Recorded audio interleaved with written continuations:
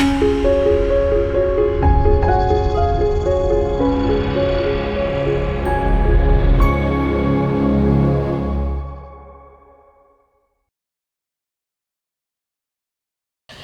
మాత్రం. నేను మీ journalist Navata. Welcome to our channel. కొన్ని సంఘటనలు విన్నప్పుడు మనసుకు చాలా హత్తుకుంటాయి. మన పనేంటో మనం చేసుకోకుండా ఎదుటి వారికి ప్రాణాపాయ స్థితి ఉంది అని తెలిసినప్పుడు మన ప్రాణాలను అడ్డుపెట్టైనా వాళ్ళ ప్రాణాలు కాపాడడానికి ప్రయత్నం చేస్తారు చూడు.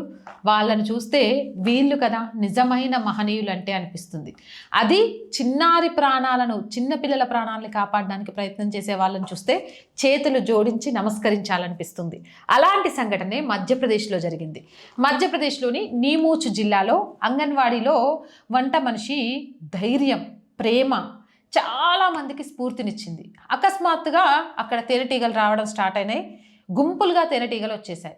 అంగన్వాడీలో భోజనం టైం కాబట్టి 20 మంది చిన్నారులు ఉన్నారు. ఏం చేయాలో అర్థం కాలేదు. ఇక ఏం చెయ్యాలో అర్థం కాని టైంలో తన చీర కొంగుతోటి ఆ 20 మంది పిల్లల మీద కప్పేసి ఆ తేనెటీగలు ఎంత కుడుతున్నా తనని ఆ చీర కొంగు తీయకుండా 20 మంది ప్రాణాలను కాపాడింది. ఆవిడ గనక నాకెందుకు అమ్మో తేనెటీగలు వస్తున్నాయని వంట చేసుకునే గది తలుపులు పెట్టుకొని ఉంటే 20 మంది చిన్నారి ప్రాణాలు పోగొట్టుకోవాల్సి వచ్చేది. ఇదంతా మంచవాడ పంచాయతీ అంగన్వాడీ కేంద్రంలో జరిగింది. అక్కడ వంట మనిషిగా పనిచేస్తూ 20 మంది చిన్నారుల ప్రాణాలను కాపాడిన ఆ తల్లి పేరు కాంచన్భాయ్ మేఘ్వాల్.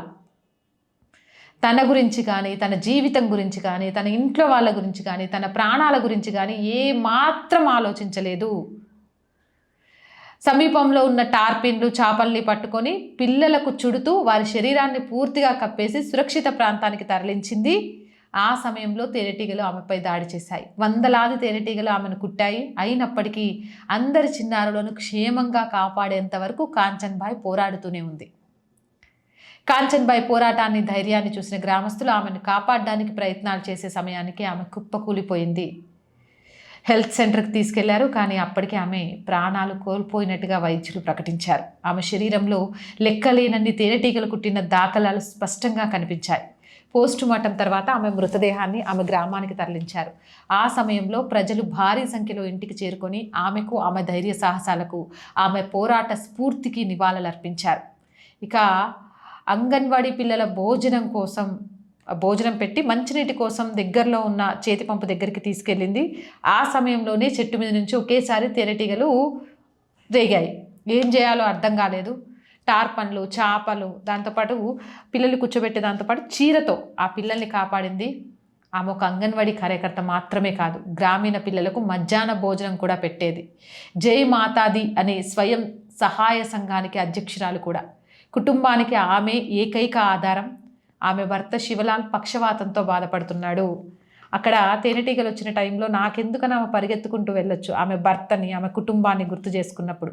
కానీ పక్షవాతంతో ఉన్న భర్త గుర్తు రాలేదు, ఆమె కుటుంబ బాధ్యత గుర్తు రాలేదు, ఆమె ఆ కుటుంబానికి ఏకైక ఆధారం అనే విషయం గుర్తు రాలేదు. అక్కడ ఉన్న 20 మంది చిన్నారుల ప్రాణాలు కాపాడాలి అనేది మాత్రమే తన కర్తవ్యంగా ఆ పిల్లల ప్రాణాలు కాపాడింది. ఆ తల్లికి అసలు ఏం చెప్తే రుణం తీర్చుకోగలం. అలాంటి తల్లులు అరుదుగా ఉంటారు.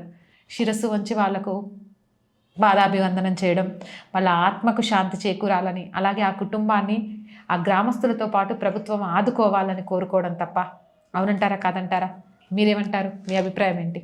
కామెంట్ సెక్షన్లో పెట్టేయండి. మోర్ వీడియోస్ కోసం or group of channels, or voice, or political, or సంస్కృతి 3 మన ఛానల్సే. వెంటనే సబ్స్క్రైబ్ చేయండి. సబ్స్క్రైబ్ చేయడం వల్ల వచ్చే నష్టం ఏందండి? లక్షల మంది ఉన్నారు జాతీయవాదులు.